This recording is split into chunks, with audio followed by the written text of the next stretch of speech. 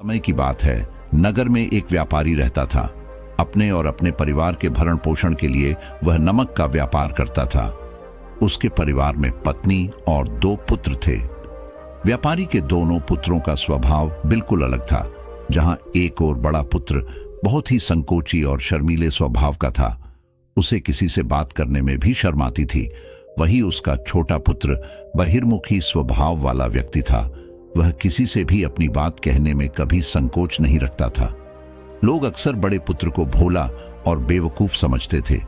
कई बार लोग उसके भोलेपन का फायदा भी उठा लेते थे और वह पलटकर कभी किसी को कुछ नहीं कहता था। व्यापारी अपने पुत्र के इस स्वभाव के कारण बहुत अधिक नाराज होता था।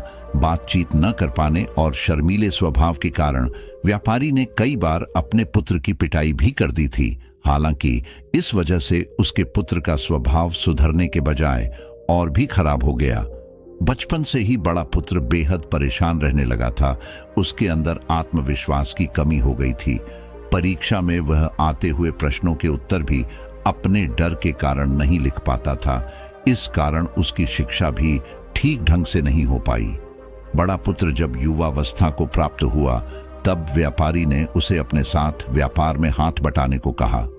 अपने पिता से डर के कारण वह व्यापार करने को तैयार हो गया, किंतु वह कई बार ऐसी गलतियां कर देता था जिससे व्यापारी बहुत अधिक नाराज हो जाता था।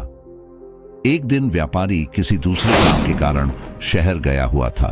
उस समय उसकी दुकान पर बड़ा पुत्र बैठा हुआ था। तभी कुछ लोग आए और उन्होंने बड़े पुत्र से कहा कि हमें तुम्हारे पिता ने भेजा है। उनका यह संदेश है कि इस समय दुकान में नमक की जितनी बोरियां रखी हुई है वह सब हमें दे दो। उन्होंने नमक की सभी बोरियों को शहर मंगवाया है। व्यापारी का पुत्र उनसे प्रश्न पूछने की हिम्मत जुटा ही रहा था कि वे दोनों आदमी दुकान के अंदर घुस गए और दुकान में जितनी भी नमक की बोरियां रखी थी सबको तांगे में रखा और लेकर चले गए। व्यापारी के पुत्र ने उन्हें रोकने का प्रयास किया, किंतु संकोच और शर्मीलेपन के कारण वह उन्हें कुछ कह नहीं पाया। उसने मन ही मन सोचा कि यदि मैं इन्हें नमक ले जाने से रोकूं तो पिताजी मुझ पर नाराज होंगे। कुछ समय बाद जब व्यापारी शहर से वापस आया तो खाली दुकान देखकर उसने अपने पुत्र से प्रश्न किया कि नमक की बोरियां कहां गई? यह दुकान इतना खाली खाली क्यों है? तब बड़े पुत्र ने धीमे स्वर में कहा कि कुछ लोग दुकान पर आए थे और उन्होंने मुझसे कहा कि आपने नमक की बोरियों को शहर मंगवाया है, और दुकान में से सारी बोरियों को निकाल कर लेकर चले गए। व्यापारी ने अपना सिर पीट लिया। उसने अपने पुत्र को दुकान से धक्का देते हुए कहा कि तू मूर्ख का मूर्ख ही रह जाएगा। वे लोग तुझे बेवकूफ बनाकर सारा सामान ले गए। तुमने मेरा बहुत भारी नुकसान करवा दिया। यहां से दूर भाग जाओ और घर वापस मत आना। यदि तुम वापस आए तो मैं तुम्हें पीट पीट कर सीधा कर दूंगा। व्यापारी का बड़ा पुत्र इस बात से बेहद दुखी हुआ। एक बार फिर उसके शर्मीले स्वभाव के कारण उसके पिता उससे और अधिक नाराज हो गए। साथ ही व्यापार में भी इतना नुकसान हो गया। उस समय नगर के सभी लोग व्यापारी के पुत्र पर हंस रहे थे और उसका मजाक बना रहे थे। उसे बहुत अधिक शर्मिंदगी महसूस हो रही थी। यही वह समय था जब उसने सोच लिया कि अब उसके जीवन में कुछ भी ठीक नहीं हो सकता है। वह सदैव मूर्ख का मूर्ख ही रह जाएगा और इस समाज में रह रहे लोगों के साथ कदम से कदम मिलाकर कभी नहीं चल पाएगा। व्यापारी का पुत्र नगर से बाहर आ गया और एक नदी के किनारे बैठकर खूब रोया। गहरे पानी को देखकर उसके मन में विचार आया कि अब उसके जीवित रहने का कोई फायदा नहीं है। उसने सोच लिया कि आज वह इस नदी में डूबकर अपने आप को समाप्त कर लेगा। असफल जीवन जीने से अच्छा है कि वह स्वयं को समाप्त कर ले। उसने जैसे ही नदी में छलांग लगाई, एक बौद्ध भिक्षु ने उसे बचा लिया और नदी से बाहर निकाल कर ले आए। व्यापारी का पुत्र बौद्ध भिक्षु पर नाराज होने लगा और कहने लगा कि तुमने मुझे क्यों बचाया? मैं इस असफल जीवन को जीना नहीं चाहता। बौद्ध भिक्षु ने उसे समझाया कि जीवन एक ही बार मिला है और यदि तुम जीवित ही नहीं रहोगे तो असफलता को खत्म करके सफल कैसे बनोगे? तब व्यापारी के पुत्र ने कहा कि मेरे जीवन बहुत अधिक समस्याएं हैं। यह सभी समस्याएं मेरे संकोची और शर्मीले स्वभाव के कारण हुई है। मैंने अपने पिता का नुकसान करवा दिया। मैं एक अच्छा पुत्र नहीं हूं। अपने स्वभाव के कारण मैं शिक्षा ग्रहण भी नहीं कर सका। यह सारा संसार मुझे मूर्ख समझता है। क्या किसी मूर्ख को इस संसार में जीने का अधिकार है? तब बौद्ध भिक्षु ने कहा कि तुम्हारे इस प्रश्न का उत्तर तो मेरे गुरु ही देंगे। चलो, मैं तुम्हें मेरे गुरु से मिलवाता हूं। व्यापारी के पुत्र ने कहा कि वह किसी से बात नहीं करना चाहता, आज वह अपना जीवन समाप्त कर लेगा। किंतु बौद्ध भिक्षु के बार बार समझाने के बाद वह उनके साथ जाने और उनके गुरु से मिलने के लिए तैयार हो गया। बौद्ध भिक्षु व्यापारी के पुत्र को आश्रम की ओर लेकर गए। वहां पर व्यापारी के पुत्र ने देखा कि एक व्यक्ति पेड़ के नीचे ध्यान मग्न बैठे हुए हैं। तभी बौद्ध भिक्षु ने कहा कि यह हमारे गुरु गौतम बुद्ध हैं। दोनों ने गौतम बुद्ध को प्रणाम किया। वह युवक वहीं पर बैठ गया और गौतम बुद्ध को देखकर रोने लगा। गौतम बुद्ध ने उससे उसके रोने का कारण पूछा। तब उसने कहा कि अब आप ही मेरी आखिरी उम्मीद है। यदि आप मेरी समस्या का समाधान नहीं करेंगे तो मेरा यह जीवन समाप्त हो जाएगा। गौतम बुद्ध ने व्यापारी के पुत्र से उसकी समस्या के बारे में पूछा। तब उसने बताया कि किस प्रकार वह बचपन से ही शर्मीले और अंतर्मुखी स्वभाव का है। इस कारण लोग उसे मूर्ख समझ लेते हैं और उसके पिता भी उससे प्रेम नहीं करते। तब गौतम बुद्ध ने युवक को शांत कराते हुए कहा कि मेरे पास तुम्हारी समस्या का समाधान है। तुम्हारा जीवन बहुत ही आसान हो सकता है। तब युवक ने कहा कि क्या सचमुच ऐसा हो सकता है? आप बहुत ही महान व्यक्तित्व प्रतीत होते हैं। आपके तो कई शिष्य हैं। हे गुरुदेव, मैं भी आपका शिष्य बनना चाहता हूं। क्या आप मुझे अपने शिष्य के रूप में स्वीकार करेंगे? गौतम बुद्ध ने कहा कि हाँ, अवश्य। युवक ने कहा कि ठीक है गुरुदेव, अब मुझे वह उपाय बताइए जिससे कि मेरा जीवन बदल जाए। गौतम बुद्ध बोले, किंतु उससे पहले तुम्हें मेरे कुछ महत्वपूर्ण कार्य करने होंगे। यदि तुम मेरा यह कार्य करो तब मैं तुम्हें कुछ ऐसे उपाय बताऊंगा जिनके कारण तुम्हारे जीवन में सब कुछ ठीक हो जाएगा और तुम्हारे पिता भी तुमसे प्रसन्न रहेंगे। गौतम बुद्ध ने उस युवक को कहा कि आज से 3 दिन बाद मैं तुम्हें ऐसे उपाय बताऊंगा जिससे तुम्हारा जीवन बदल जाएगा।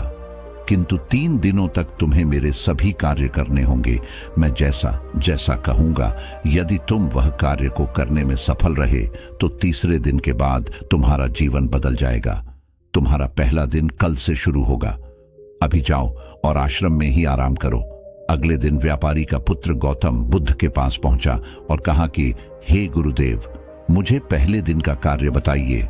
तब गौतम बुद्ध ने कहा कि आज तुम्हें 10 अजनबी व्यक्तियों से बातचीत करनी है और उनका हाल जानना है। इसका लेखा जोखा शाम तक लेकर आना। व्यापारी के पुत्र को बड़ा ही संकोच महसूस हुआ, किंतु उसने गौतम बुद्ध को हाँ कह दिया। वह निकल पड़ा 10 अजनबी लोगों से बातचीत करने। शुरू में उसे बहुत अधिक संकोच हुआ। कई लोग तो उसे डांट कर भगा देते थे। उसके सामने अपना जीवन बदलने का यही एक उपाय था। आखिरकार कोशिश करते हुए उसने 10 अजनबी लोगों के नाम और उनके व्यापार का लेखा जोखा प्राप्त कर लिया। शाम को जब वह गौतम बुद्ध के पास पहुंचा तो प्रसन्नता के साथ उसने गौतम बुद्ध को बताया कि आज का कार्य उसने सही ढंग से पूरा कर लिया है। कुछ लोग तो उसके मित्र भी बन गए हैं। दूसरे दिन फिर वह युवक गौतम बुद्ध के पास पहुंचा। तब गौतम बुद्ध ने कहा कि आज का कार्य है, तुम आश्रम में रह रहे 10 शिष्यों को संबोधित करते हुए उन्हें जल के उपयोग के विषय में पढ़ाओ। गौतम बुद्ध की बात सुनकर व्यापारी का पुत्र हक्का बक्का रह गया। उसने कहा कि आप मुझसे किस प्रकार का कार्य करवा रहे हैं? मैं अपनी शिक्षा ठीक से पूरी नहीं कर पाया हूं। मैं यह कार्य नहीं कर पाऊंगा। तब गौतम बुद्ध ने कहा कि ठीक है, तब मैं तुम्हें उपाय भी नहीं बताऊंगा। व्यापारी के पुत्र ने प्रार्थना करते हुए कहा कि आप जानते हैं मेरी शिक्षा अधूरी है, फिर मैं किस प्रकार बालकों को शिक्षा दे सकता हूं?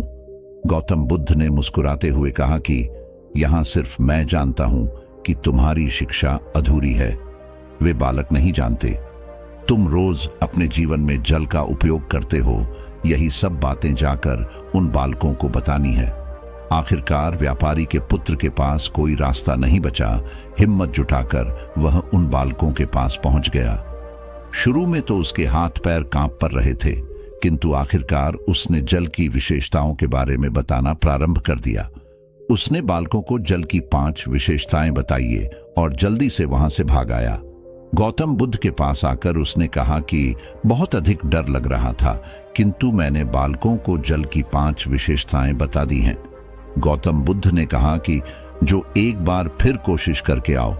व्यापारी का पुत्र ने एक बार फिर हिम्मत जुटाई और बालकों को जल के विषय में पढ़ाना शुरू किया।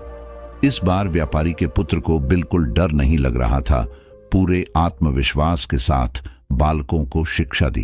तब गौतम बुद्ध ने युवक की प्रशंसा करते हुए कहा कि तुम अवश्य ही साहसी हो। गौतम बुद्ध से शाबाशी सुनकर वह युवक बहुत अधिक प्रसन्न हुआ। युवक तीसरे दिन जब गौतम बुद्ध के पास आया तो गौतम बुद्ध ने उससे कहा कि आज का कार्य तुम्हें थोड़ा अजीब लग सकता है, किंतु आज तुम्हें अपने पिता से मिलने जाना है। गौतम बुद्ध की यह बात सुनकर वह युवक बहुत अधिक डर गया। उसने कहा कि नहीं नहीं, मैं अपने पिता के सामने नहीं जाऊंगा। गौतम बुद्ध ने कहा कि ठीक है, तब मैं तुम्हें उपाय भी नहीं बताऊंगा। आखिरकार उस युवक को गौतम बुद्ध की बात माननी पड़ी। गौतम बुद्ध ने उसे समझाया कि अपने पिता के पास जाकर उनसे क्षमा मांगना और कहना कि तुम्हें एक और अवसर दे ताकि तुम स्वयं को बुद्धिमान साबित कर सको। उसे युवक ने बड़ी हिम्मत के साथ अपने पिता का सामना किया और उनसे क्षमा मांगी। आखिरकार व्यापारी ने अपने पुत्र को क्षमा कर दिया और उसे दूसरा अवसर देने के लिए तैयार हो गए। व्यापारी का पुत्र गौतम बुद्ध के पास आया और उसने जब उपाय के बारे में जानना चाहा, तब गौतम बुद्ध ने कहा कि तुमने स्वयं ही अपना उपाय खोज लिया है। तुम किसी से बात नहीं कर पाते थे, शर्मीले थे। सब कुछ तुम्हारे मन में बैठा हुआ डर था। हम कितने आत्मविश्वासी हैं, कितने शर्मीले हैं और हमारे अंदर कितना डर है, यह सिर्फ हमें पता होता है। बाहरी दुनिया में किसी को नहीं पता होता है। बाहरी दुनिया में हम स्वयं को जिस प्रकार का दिखाते हैं, लोग हमें इस प्रकार का समझते हैं। अगर तुम आत्मविश्वासी नहीं हो तो भी अनजान व्यक्तियों के सामने यदि आत्मविश्वासी होने का अभिनय करो तो किसी को पता ही नहीं चलेगा कि तुम कौन हो। वह युवक समझ चुका था कि गौतम बुद्ध उसे क्या बताना चाह रहे हैं। गौतम बुद्ध को धन्यवाद किया और उनसे वादा किया कि वह जीवन में सफल होकर दिखाएगा। दोस्तों, यह वीडियो पसंद आई हो